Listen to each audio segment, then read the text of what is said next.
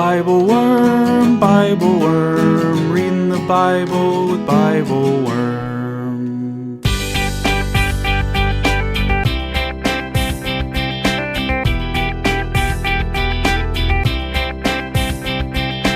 Welcome to BibleWorm, getting to the core of the biblical text. I'm Dr. Robert Williamson, professor of religious studies at Hendrix College and theologian in residence of Canvas Community in Little Rock, Arkansas. And I'm Dr. Amy Robertson, Director of Lifelong Learning and Music at Congregation Or Hadash in Sandy Springs, Georgia. We're here every week to discuss the biblical text, both as biblical scholars and as people of faith, one Jewish, one Christian. This week, we're reading the story of the first Easter as told in Mark 16, 1-8. In this most challenging version of the Easter story, we never encounter the resurrected Jesus. Rather, a young man in white tells the women to go to Galilee where Jesus will meet them. It's strange not to see Jesus on Easter, but isn't this the way we mostly live our lives? We live the life of faith, based on the testimony of others, and mostly without tangible evidence, trusting that Jesus really is resurrected, just as the young man said. But Mark tells us that the women, startled and overwhelmed, left the tomb in silence, saying nothing to anyone because they were afraid. So it falls to us, as the readers, to make a choice. Will we go to meet Jesus as the young man instructed? Do we have enough faith to meet Jesus in Galilee? Thanks for joining us.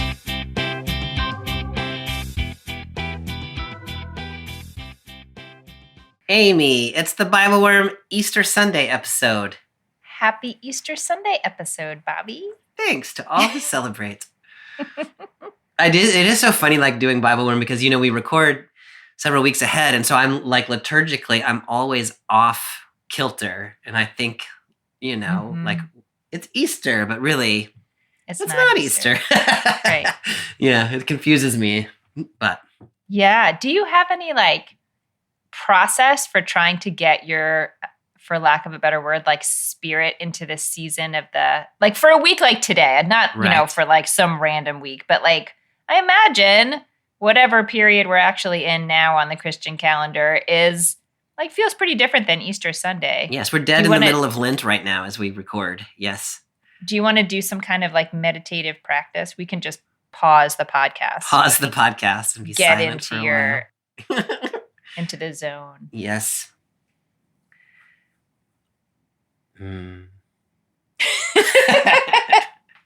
Yeah. What's going on with you, Amy?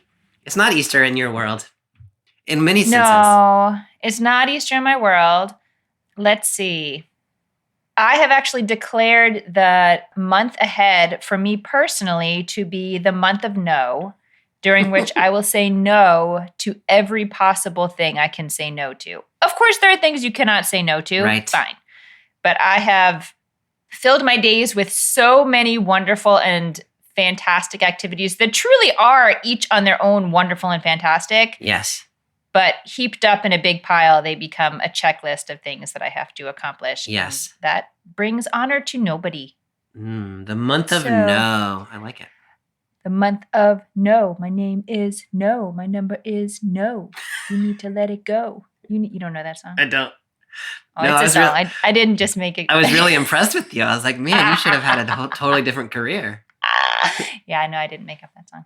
Most of my music these days is things like the Bluey Dance Mode soundtrack and the Lion Guard soundtrack and a fair amount of Taylor Swift. I have the musical stylings of a 6-year-old girl.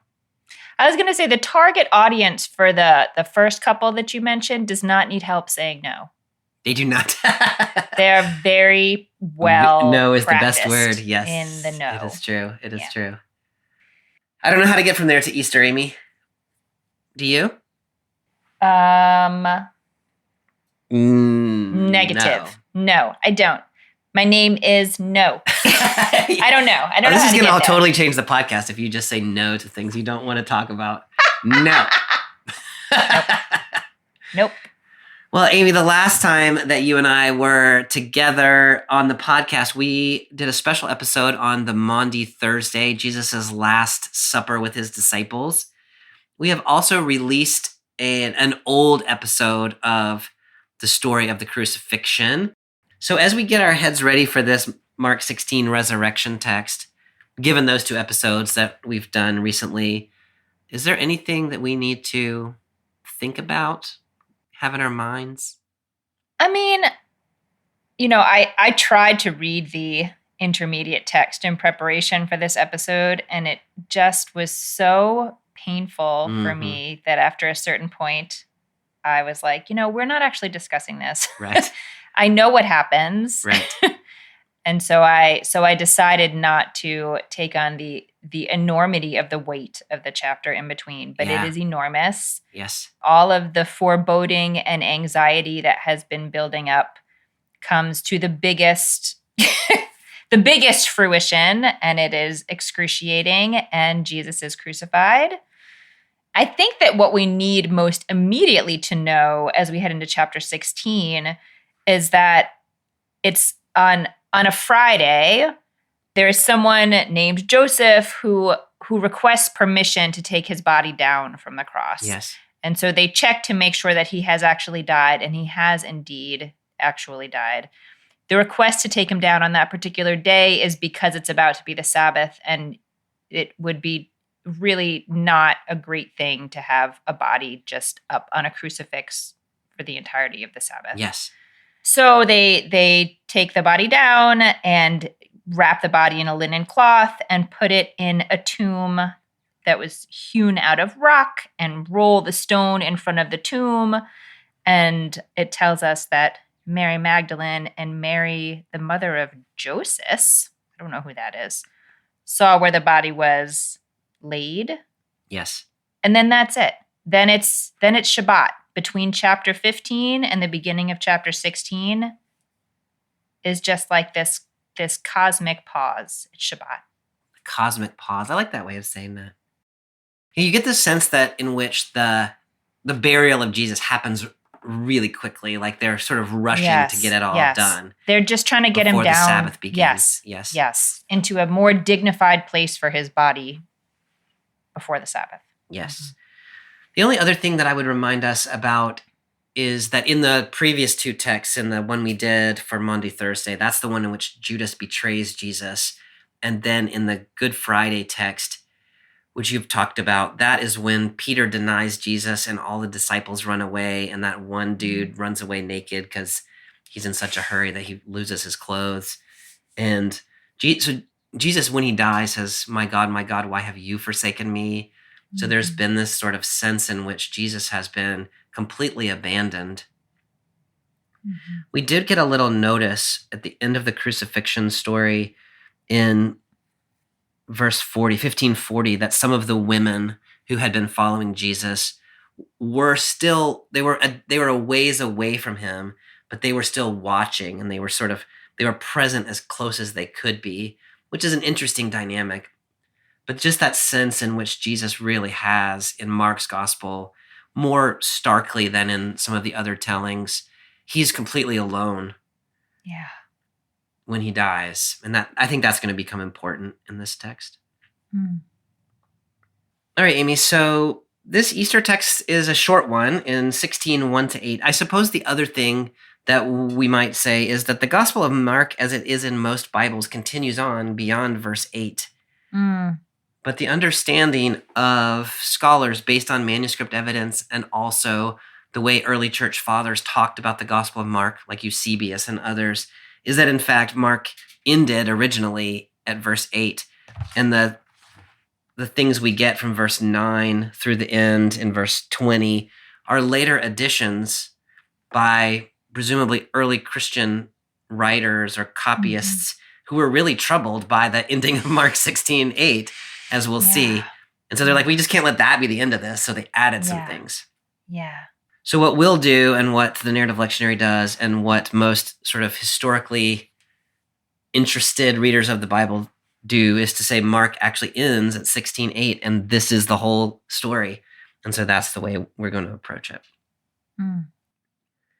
So I'm beginning in Mark 16:1, and I'm reading in the Common English Bible. When the Sabbath was over, Mary Magdalene, Mary the mother of James, and Salome brought spices so that they could go and anoint Jesus' dead body. Very early on the first day of the week, just after sunrise, they came to the tomb. They were saying to each other, "Who's going to roll the stone away from the entrance for us?" When they looked up, they saw that the stone had been rolled away, and it was a very large stone. I said that funny, but that's like a little parenthesis in the Common English Bible. I mean, just it so was. you know, it was a very large stone. Yeah. Mm-hmm. All right, Amy. So we start out with the notice that the Sabbath was over. Mm. Can you just talk about, like, you were talking about the great pause or something like that. Can you just talk about the significance of waiting until the Sabbath is over and where we are in the timeline, do you think? Yeah, I felt particularly moved this year by the timing of this, sort of that the crucifixion and then the Sabbath in between, when just there's nothing reported. You know, it is the day of rest and people rested. Yeah. So what came to my mind as I was preparing to talk to you today is there's a midrash, a rabbinic sort of story based on the biblical text, where the rabbis are asking why humans were only created on the sixth day, towards the end of creation. And they give a lot of reasons and, argue about them. But the one that is sort of sticking in my mind right now is that this serves as a reminder that God's purpose for humans is not primarily that we keep busy and work, that we do have to work, but in the creation story, the very first thing a human has to do is rest. Like, you're created and then you rest. And during that time, you sort of appreciate the enormity of creation and, find yourself in this new space so that you can begin again on Sunday. So as I was reading it this week, it made me think about creation is what it made me think. It made me think about the Christian sense that something has fundamentally changed. And it started to change before Shabbat, but then the first thing you do is nothing. That's the first thing you do. Yes. And then they rise early in the morning on the first day of the week into a totally new world that in ways that they don't even know yet. Yeah. Yeah. The timing of it feels like creation to me. I really love that, Amy. And, we have said on the podcast before about Sabbath and the insistence that you don't have to work all the time and that kind of observance of Sabbath. But the way you're saying that really puts a different kind of lens on it for me, that even when the world has seemed to come undone for you on Friday late afternoon, or there is some sort of experience that you don't know how to make sense of, yet still there is Sabbath. I don't quite know, because when something like this would happen to me, I want to stay busy, right? I want to not think about it. And so I often just think about those poor disciples on that whole long Saturday, Sabbath day, where they can't do anything, but the world just takes a breath. The way that you said that, Bobby, made me think too, I think this is a poem, maybe by someone who sort of works in the world of, what a death doula is? I don't know that term, but I can get there. You can imagine what it is. Yeah, a doula is someone who sort of helps you through the process of birth, and a death doula is someone who helps you through the process of death. And what I remember is the line, when someone dies, the first thing you should do is nothing. Like, everything in you is going to say, do something. You have to do something. There's something you can do about this. You need to keep busy, as you're saying. That is the human response, I think. But this placement before, going into Shabbat, really insists, no, the first thing you're going to do is nothing. Yes. That's so powerful. And just let it be. Mm-hmm. So these women seem to have done that. And now we are early on the morning of the first day of the week, which is a Sunday. Yeah. The framing of that as the first day of the week may reflect a Christian understanding from later than the time of Jesus that shifts the Sabbath day in Christian thinking from Saturday to Sunday. It may just be saying the first day of the week comes after the last day of the week, which is also true. It's maybe less theologically profound. I mean, that's how you'd say it in Hebrew too. Yom Rishon is Sunday, like the first day of the week. The first day is Sunday. But it may also reflect that Christian understanding. I don't know. Christians, it's shift the Sabbath, of course. Yes, because of this, that's like different. It's the resurrection day. But I don't know if Mark is doing that right here. I think that's a fair question. These three women who are mentioned here, Mary Magdalene, Mary the mother of James, and Salome, are the same women who are named in that chapter 15 that we were talking about a minute ago, who were still close enough to the cross to bear witness to the crucifixion, the death of Jesus. These three women, it's so interesting. Mary Magdalene, we know from other Gospels, but this is the first time Mark has mentioned her. Salome, we don't know from anywhere else, certainly not in the Gospel of Mark. And then Mary, who is here called the mother of James, is in chapter 15 called the mother of James and Joseph. And those are the names of two of Jesus's brothers, we find out earlier in Mark's Gospel. And so maybe that's Mary, the mother of Jesus. But if so, it seems weird that you wouldn't just say that. That is fascinating. Yes. Or the other alternative is it's another Mary that we just don't know. Right. I don't know if that makes a difference. I mean, the one interpretation of that is these are three women. We also are a little bit surprised that there were women followers of Jesus in Mark's Gospel. Mark doesn't really talk about them really until that chapter 15 text, and now suddenly here they are, maybe the most faithful of them. But they are women who are otherwise unknown up until now.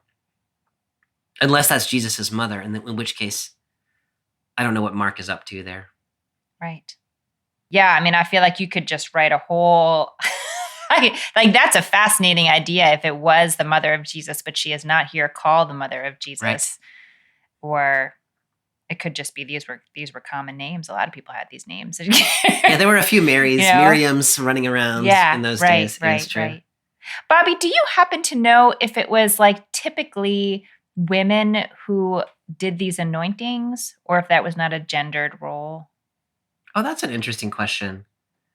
In my own head it is, but I mean, Joseph of Arimathea in other Gospels anoints Jesus before his burial. Here he doesn't. Yeah. So I honestly don't know, historically speaking, about the gendered practice of anointing.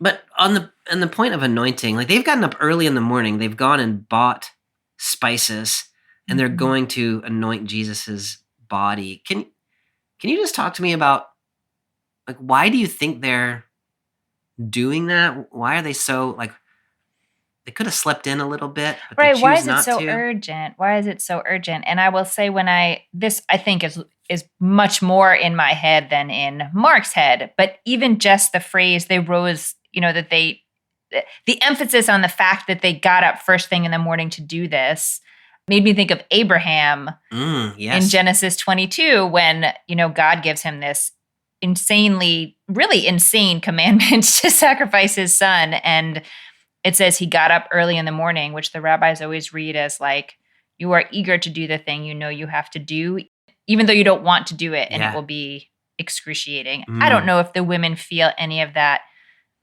I mean, I would imagine they feel tenderness around the death of Jesus, but maybe they also feel good at the prospect of being in the presence of his body and being able to honor his body in that way.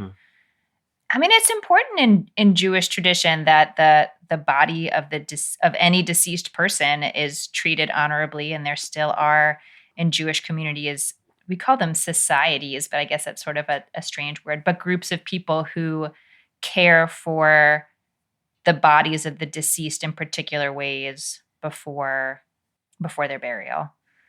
And this kind of care is seen as one of the greatest mitzvot you can do, because it is certainly not, there's no expectation that it can be repaid in any way. And you're just, you're bringing honor to someone who can never do anything for you. And because it is such an honored thing, it's kept secret who are the people who do that kind of work I love that tradition within a community. Yeah. So I don't know. This is a little bit different, of course, than what modern Jewish practice looks like, but feeling the urgency of being able to go and and be with his body and honor it. I don't know, that feels really real and human to me. Yes. Typically, of course, the body would have been anointed before it was placed in the tomb in the first place. And so that sort of like tenderness that you're talking about with regard to the body, they haven't been able to do it because things were so rushed on Friday. And so I think there is some sense in which they want to be with Jesus. There's also some sense in which they had wanted to properly respect him originally. They couldn't do it. And so at the very first possible moment that the sun has come up, they can get out, the shop is open, they can buy their spice. Like they're wanting to make sure that Jesus is treated with the respect that that he deserves and that all human beings deserve. Yeah. You get no sense from this text that they're going to anoint his dead body, right? You get no sense that they're curious about whether he's been resurrected or like, what are they going to find? Like, they're pretty clear that they're going to go find a dead body that they're going to anoint. This might also remind us of that Mark 14 text that we read about the woman who pours the oil over Jesus, and Jesus interprets that as his anointing for burial, which probably didn't make sense to the people in the timeline of the story at the time that it happened. But now it does make sense that that was the time that Jesus was anointed for death. Yeah. So when they come to the tomb, they're asking each other, who's going to roll away the stone from the entrance?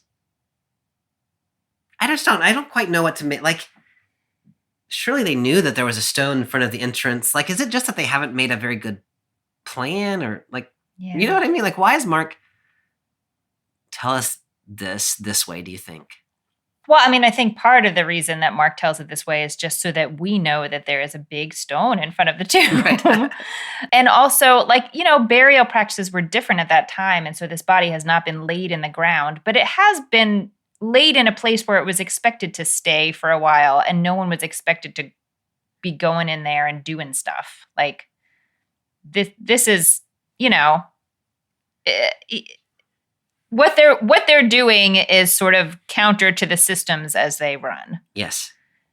To me, I think I read it as sort of scrappy. Like, I kind of like it. They're like, okay, like, we want to do this great religious act, and there are going to be real logistical complications here, and we're just going to have to figure it out. Yes. Like, somehow we're going to have to move this large rock off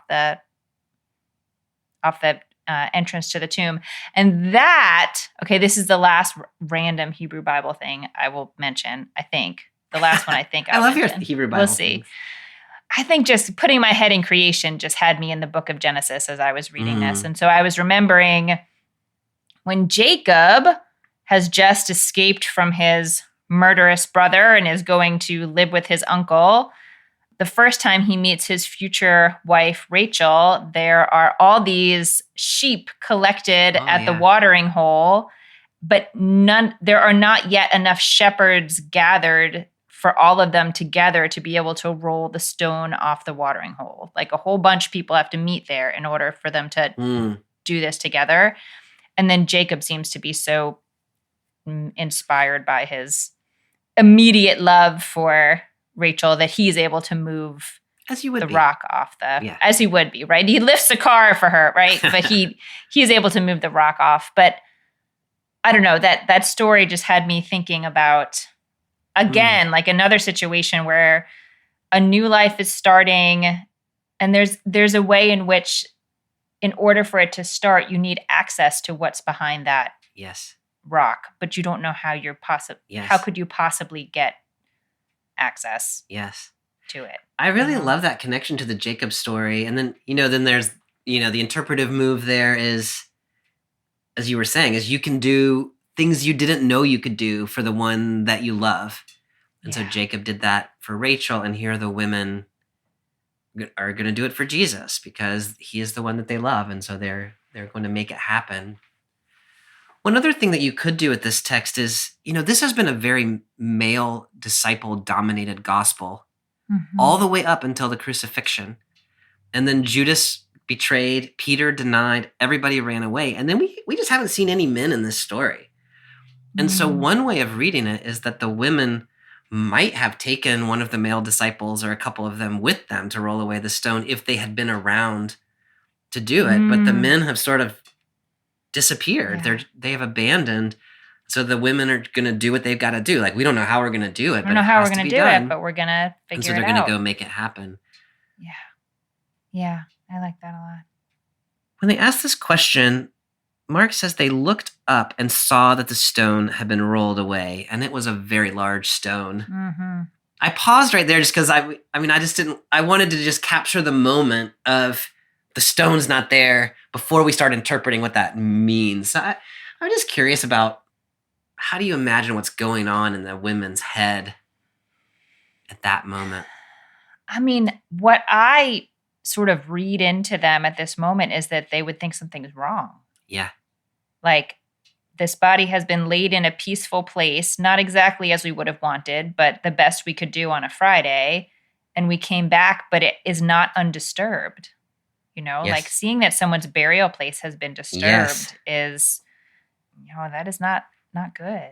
So maybe they have a little panic that there's been a I would, yeah. grave robber I would have or a little something. panic. Something bad has happened. Yes. Is what I would think. Yes. It's so interesting that the word that Mark chooses to use there is anablepo, which one could just say blepo, right? Saw. But anablepo can be read looked up, which is how it was translated in the CEB. Yeah. It can also be read their eyes were opened, which is a term that is used elsewhere in Mark's gospel when blind people receive their sight, most famously back in that story in chapter 8, in which there was that double healing of the blind man. So there's an ambiguity in the Greek here, which could be they looked up, like they were talking to each other. They hadn't looked up yet. And then when they look up, they see. You could also read it as something shifted for them in which suddenly they've been given their sight. And we talked about that sort of receiving one's sight in Mark's gospel has had these kind of two senses. One is literally receiving your sight, but the other is seeing what is true, which has until now been somehow obscured for you. Wow. I wonder if Mark uses that word with that ambiguity on purpose to capture both of those senses. I Any love thoughts that. about that? I mean, I don't know what Mark is doing on purpose or not on purpose, although he does seem to like to speak on different levels so that people can understand it Right. at wherever they are. But I mean, I feel like everything we've talked about leading up to this is like the world has shifted. Like the world is a different place now than it was before Shabbat in ways that they don't know, Yes. but they're about to see. Yes. And so the idea that they need some like sort of cosmic new eyes to be able to do that. Like first they needed to be serious enough about the task to say like, we're going to get up early. We're going to get the spices. We're going to think through how the heck we're going to move that rock because we're going to do this. This is not an abstract idea. It's like all of those things go into this moment that like that their commitment, I feel like contributes in some way to that the cosmos shifting what they can see and what they can't see. I really like that way of reading it. And so the seeing of, as they see that the rock is rolled away, they are given their sight in this deeper sense. Sort of in that same moment, the world opens up to them and they can see what is true. Mark pauses again to say it was a very large stone, which and that it was, it's passive voice and aorist tense. So it had been rolled away is how it's translated. And so I think, my own reading of that is that once you kind of know where the story is headed, right? Like once you've been given eyes to see that this is a divine passive is how one would understand it. And that it's been, the aorist is sort of communicating it had been rolled away in the past in a way that is not continuing on into the present. So it is, one way of reading it is sort of, it's been rolled away once and for all. Never again is that barrier between human and the resurrected Jesus going to be present again. I might be overreading a little. I might be pressing a little. No, I mean, I like that. I like that sort of, I was thinking before just in terms of like the connection to the Jacob story, that the rock is the thing Yes. that is keeping, in that case, the sheep, in this case, the people, who we can also compare to sheep, is blocking them from something that is life-giving to them. Yes. And so the idea that it has been rolled away once and for all seems very much in keeping with what's happening here. Hi everyone, it's Bobby here. We're excited to announce our 2024 summer series on biblical images of creation. This 6-part series begins in May after Pentecost and includes texts from Genesis, Job, Psalms, Leviticus, and Ezekiel. We're especially excited to be collaborating with Spirit and Truth Publishing, which has released a vacation Bible school and all-age Sunday school curriculum designed by experienced Christian educators called Learning Together, Created to Care, which can be used in parallel with the BibleWorm podcast on creation. For more information, visit spiritandtruthpublishing.com, patreon.com/BibleWorm podcast, or look for our posts in the Narrative Lectionary Facebook group. We're looking forward to talking about creation with you this summer. In the meantime, let's get back to this week's podcast.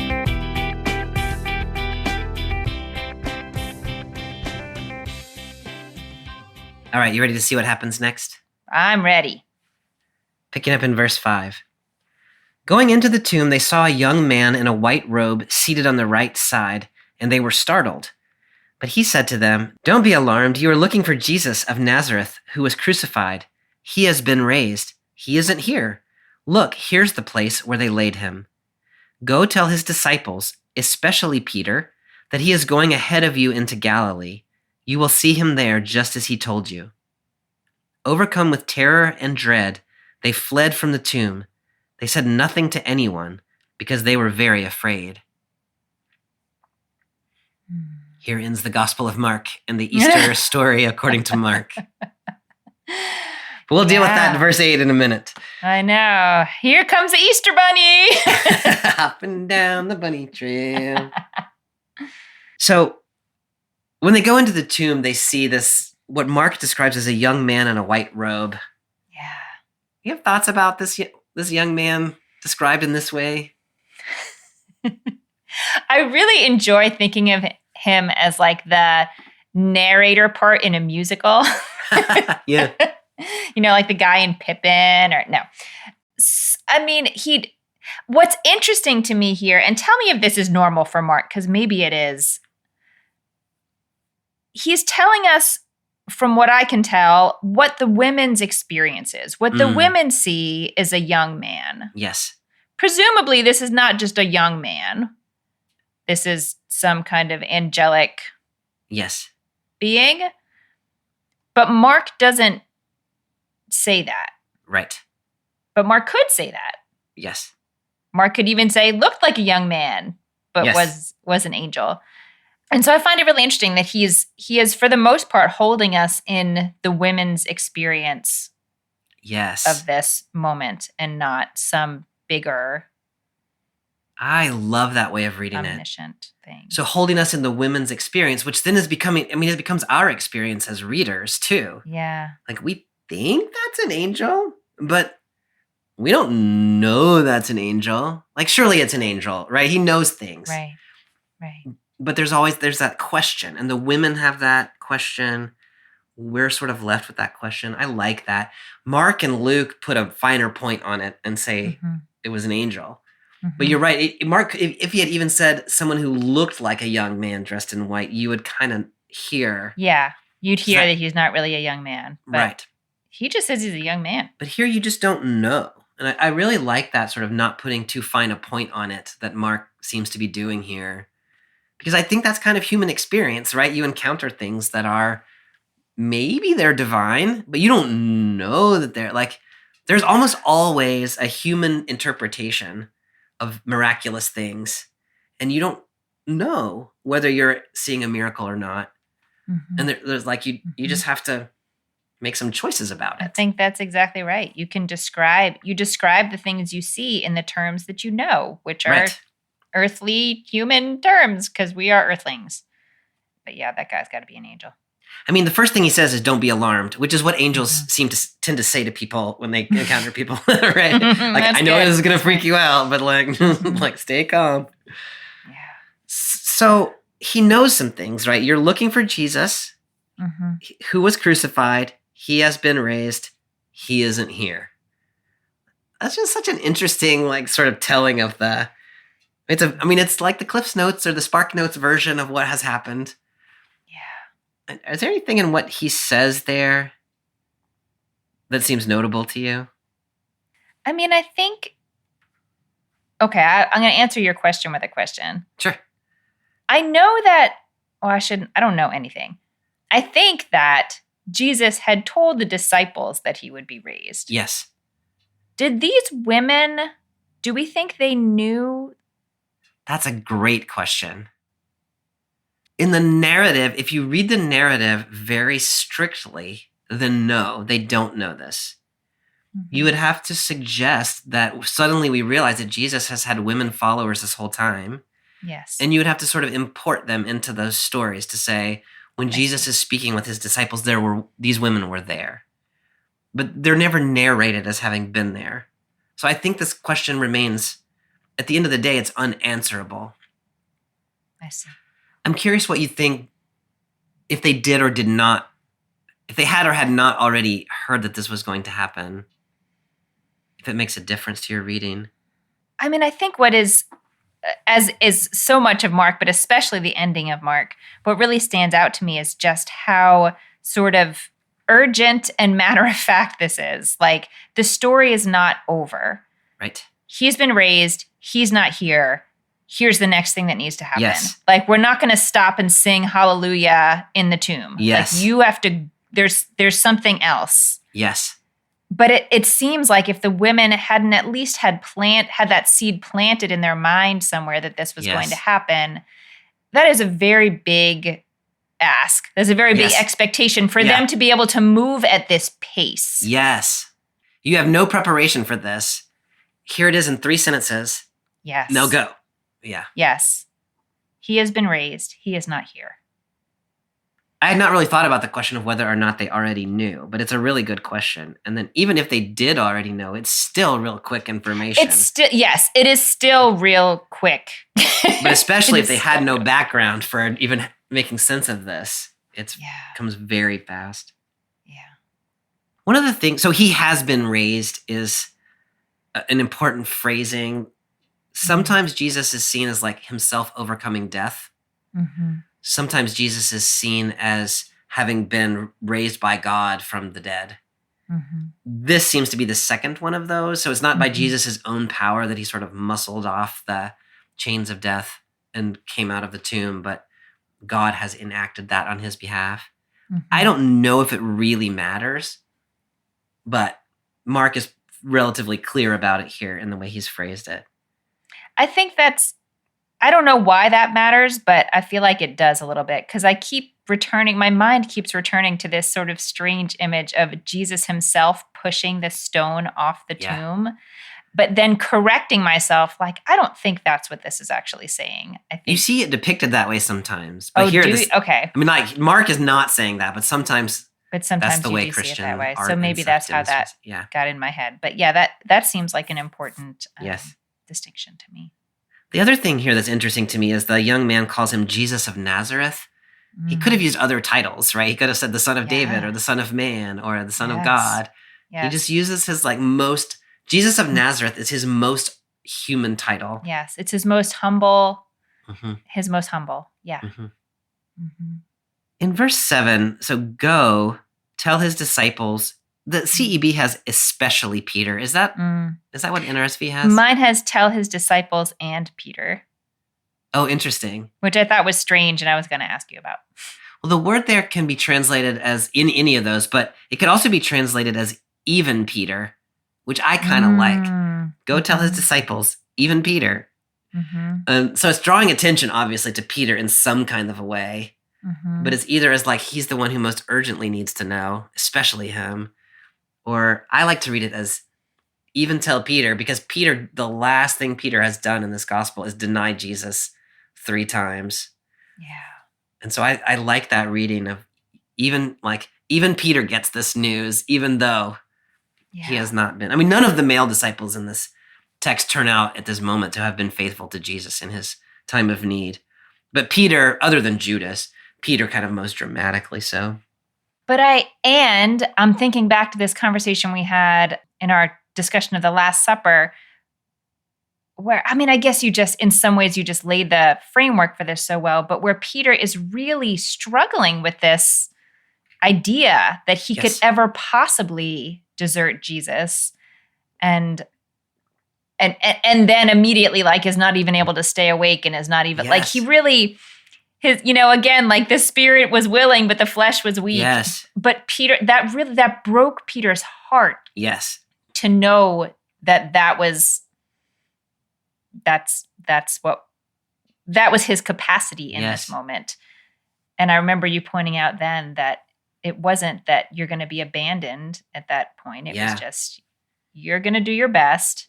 You're not going to do well. Yeah. And then I'll see you in Galilee. I really love that, Amy, and it sort of erases the distinction between even and especially in an interesting kind of way for me. Because it's making me think of times in my life when I have really disappointed somebody to the point at which I thought maybe they were done with me. No way that person is ever going to trust me again. Yeah. And that's what Peter has done here. And so you could imagine Peter, exactly as you're saying, is so disappointed in himself, so sad about what he's done, that he thinks Jesus would never want to see me. And so that especially then becomes, Peter especially needs to know that I want to see him. Right. Which is such a tender move by Jesus. It is. Oh, I guess it's not Jesus, it's the angel, but man. Yeah. But you kind of assume, it's hard to keep things straight. He's getting his marching orders. Yeah, that's exactly what I was thinking. So the young man says that Jesus is going ahead to Galilee, where you will see him just as he said. So this is it's such an interesting telling of the resurrection. In the other gospels, we actually see the resurrected Jesus in some way or another. Here, there is no resurrected Jesus in this story. There is a promise that if you go to Galilee, you will see him there, but you don't get to see him before you go. There's something similar in Matthew. You remember this last year? There's something similar in Matthew, but then as they're on their way, Jesus jumps out from behind a bush and is like, oh, yeah. I think I do remember that. But that doesn't happen in Mark. There's no Jesus lurking in the shadows. No. Mm-mm. I'm just so curious. What do you think of that? When you go to Galilee, you'll see Jesus there. Remember, we're in Jerusalem right now. It's quite a journey. Yeah. Any thoughts about that telling? It is reminding me of a conversation that we had, I don't even know how many years ago, about the Passover story, the Exodus story. Yeah. And you asked me what I thought would have happened. It was an imagination question. If people hadn't put the blood on their doorposts or whatever, if the angel of death really would have eaten them up. Yeah. And I think the conversation we had after that was sort of well, not necessarily, but faith has to ask something of you, and you have to keep stretching to do each thing. And if you're not stretching to do the next thing, at some point you're just not going to be able to do it, because at some point it's going to get really hard. Yes. And you kind of build your muscle by doing each incremental thing. And so I feel going to Galilee, deciding, even if you don't know in that moment whether you believe this is actually for real or not, are you willing to do the next thing and go to Galilee? I just feel it gives you a little more strength for what is still going to be a hard road. Jesus did not promise an easy an easy road. But it's asking something of them immediately before they can even get, it's not that they got something here. They got an empty tomb, but they got an empty tomb. They got somebody telling them what has happened, but they don't get confirmation. You have to go to get the confirmation. Yeah. And In They the have some other gospels, skin in it's the game. told differently than Yeah. that. Yeah. You get the confirmation. Here's Jesus jumping out from behind the bush. And so now go to Galilee. Okay, I can do that because I know. Because I know. In right, Mark's this- gospel, it's you got to go. It takes you, you've been talking about Genesis a lot. It takes you back to that Abraham story again. Yes. When God first shows up to Abraham and says, I'm going to, like, you got to go. And You just then got to go. I'll bless And we'll you. talk about it later. Yeah. Okay, I'll do it. Mm-hmm. Yeah. Now, the women's response. So, to their credit, the women are there when Jesus is crucified. They are there on Easter morning. They have come to the tomb. Like they are the ones who have been most consistent here at the end of the gospel. But in this very last verse, overcome with terror and dread, they fled from the tomb and said nothing to anyone because they were afraid. And this is the last thing we hear in this gospel. Senses like a frightened silence. Can you help me start thinking about what to do with that? I mean, it just seems to me so much like like so many of Jesus's conversations with his disciples, this recognition that humans are kind of a mess. I get, the spirit is willing, but the flesh is weak. Yes. That, this is a genuinely amazing and terrifying thing. And they were, it seems, were overwhelmed. They couldn't push past that. Yeah. They got stuck right there. And that is, I mean, that's relatable, I will say. Like it's not like a happy ending to this story. But what has happened, what seems to have happened, what they have seen is so completely beyond the world order as they have always understood it. And they get stuck there. They can't move through and see what is going to happen afterwards. I love that way of talking about it, Amy, that it's just this is so relatable. And it's such an interesting telling of the Easter story. Like we're supposed to be like playing trumpets and like shouting he is risen and like it's this glorious day. And here this ends with, look, people are scared and they don't know how to handle this news and that shuts them down. I'm like, yeah, that's kind of right. And also it's Easter. It seems as though somebody eventually is going to go to Galilee because here we are talking about the Jesus story. Something happened. Yeah. But it's so interesting that it's not narrated here. And so it seems like even here at the very end, the women who have been the most faithful at this last part of the gospel, they have a moment where they falter. Mm-hmm. It's so interesting because, it seems like they're the only ones in the whole world who know. And so this could have ended with them. Mm-hmm. It's been entrusted to them. And they seem eventually to do something with it. But the reader is kind of left here thinking, I don't know, like, it feels urgent, right? Like, oh, wait, no, we know with the gospel, and it's got to be told. Yeah. I've been reading Eugene Boring's commentary, and he thinks that Mark tells the story this way. Mark is a really good storyteller. Like, you can see him sort of sitting around telling stories, and people, like, getting just the way he narrates things. Not necessarily like his flowery language, but just the way he constructs narrative. And Boring's argument is, which I think is really interesting, is that the reader turns out to be the only one who's left at the end of the story. Like we were with Jesus at the beginning when he was baptized. We heard God say, "You are my son, the beloved." We've known since the beginning. We knew Jesus was the Messiah when the disciples couldn't get their heads around it. We were at the Mount of Transfiguration. We were in the wilderness when Jesus was tempted. Like we were at the cross when Jesus died.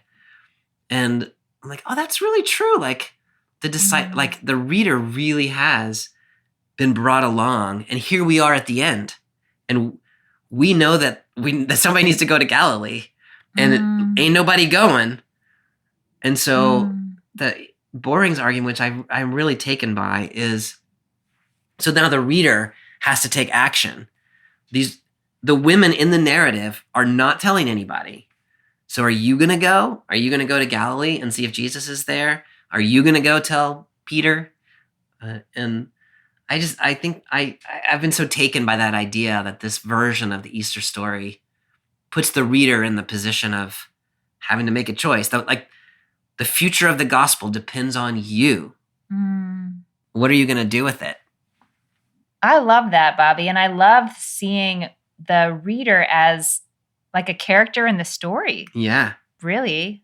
Which, I mean, if we're thinking about this story as like, this is part of the divine narrative of history. Like this is not just, 25 pages in your Bible or whatever. We are part of that story. We are the continuation of that story. So I love the idea that it pulls readers in directly, and that we have, now we're the ones who caught the ball. Like we have to do something. Right. I love also that, I've been reading from some Jewish stuff and some Christian stuff on the idea of discernment and trying to discern what it is God would want you to do, or what choices you could make in your life that would bring you closer or less close to God. And one of the things that I have most liked in that reading is the idea that, like, you have to do the work of discernment, but for the most part, God will work with whatever you do. Like if you okay, this is not really what I was telling you to do, but okay, we're just we're gonna figure out a different way. So even if the plan for real was like, these women really were supposed to go to Galilee, and they didn't. Okay, the story didn't end there. Yes. Like just like all the times along the way that all the humans around Jesus were overwhelmed by the enormity of this story that they were directly in. Yes. We as readers are a little bit outside of it. We don't have to, we're not physically experiencing it. And so I wouldn't want us to be judgmental of the humans in the story who can't, just can't roll with this so easily. But I really like the idea that like there was a plan. This is what they were supposed to do. Yes. They did not do it. And the story theoretically could have ended right there. Yes. They didn't do it. The chain's broken. Yes. Too bad. We have to start over. Yes. But that's not what happened. I really like that, Amy. And yes, I absolutely agree with you that the characters in the story, and my own reading of it is that after verse 16:8, if, the women pull themselves together, they go and tell the disciples, which is how it happens in Matthew's gospel. And eventually people do go to Galilee. Like I think the women pull through, and that's how the gospel gets spread. But I really, really like that Mark does not tell it that way for exactly the reason you're saying. And so that even a reader 2,000 years later who's reading it is still pressed with the question, are you going to go to Galilee? Mm-hmm. If people stop going to Galilee, then the gospel stops being told. Mm-hmm. And so even though the women went, even if the women went, you still got to go, dear reader. Mm-hmm. Mm-hmm. All right, Amy. So here we have an Easter text with no appearance of the resurrected Jesus. And it's what we get from Mark. And so I'm curious. I know it's a lot to ask my Jewish friend and colleague to interpret the Easter story for a largely Christian audience. But that's what I'm curious about. That's the task. Well, okay, here's where my mind sort of lands at the end of this. And it has a lot to do with where Mark leaves us in this story. A couple weeks ago, I was at this prayer leadership retreat, and there were these quotes hanging in the sanctuary. And one of the quotes was from Abraham Joshua Heschel. And the line I remember is, prayer is our humble response to the inconceivable surprise of living. Oh, I love that. It's a gorgeous quote. And since I've come back from the retreat, I have sometimes struggled because I'm like, I'm not actually that surprised today. Like, I don't feel surprised. I feel today looks like yesterday looked, and And if I need the surprise to motivate the next thing, to motivate the prayer, sometimes my struggle is really like, how do I get back to that moment of inconceivable surprise? And that I feel like that is the moment that this text leaves you in. Yes. Where like the enormity of what has happened is inconceivable. It is paralyzing. Yes. It doesn't take you into the next moment where the sort of prayer and acts of faith and all of the things emerge. But at least for me in my own life of faith right now, the struggle is staying in that place of surprise. Yes.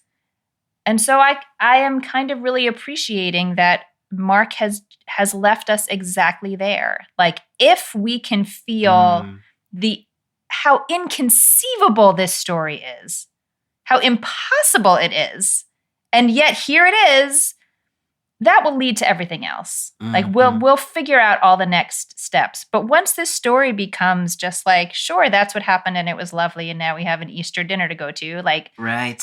That's, I don't know. This is where the power of the story is for me. And so I like that he leaves us here and assumes we'll be able to get to the next place eventually. Leaving you in the surprise. I love that way of talking about it, Amy. And, this is Mark's version of the Easter story is probably my favorite. It is less lovely than some of the others. Like John's version of the Easter story has him comforting Mary, who is weeping in the garden. And like, there's some beautiful things in there, but this one to me is the one that really resonates. And it's the one that doesn't have Jesus in it, And I loved your way of articulating that as it leaves you in the moment of surprise, because it does surprise you. And then you have to think, how do I tell the Easter story without landing the plane, right? And it's a challenge. The other thing that I love about this story is it withholds evidence from us. And it says, look, there is a tomb with a stone rolled away. There is a young man who may or may not be an angel, who tells us that Jesus is in Galilee, but we don't know that. I can't look and see. Like Thomas in John's gospel, I can't put my hands in the holes of Jesus's wounds. And to me, this is the way that I feel like I live my life. Like, I don't have the evidence. And if I want the evidence, I'm going to be perpetually frustrated. So this Easter story, as we were saying earlier, calls for a response that anticipates evidence, but doesn't actually have it. And to me, this is the way Christian life is, or life of faith in general is. It is responding to something that we believe to be true, we have been told is true, but we can't see it or hold it or take pictures of it. And I don't know, like, for whatever reason, I think it's just because that seems like life as I live it. I really love that. The way I experience the world, in which the evidence is always out in front of me someplace. It's comforting to me. The other Easter stories I really love, but I've never had that experience of Jesus putting his hand on my shoulder in the garden and saying, Williamson, you got a good podcast.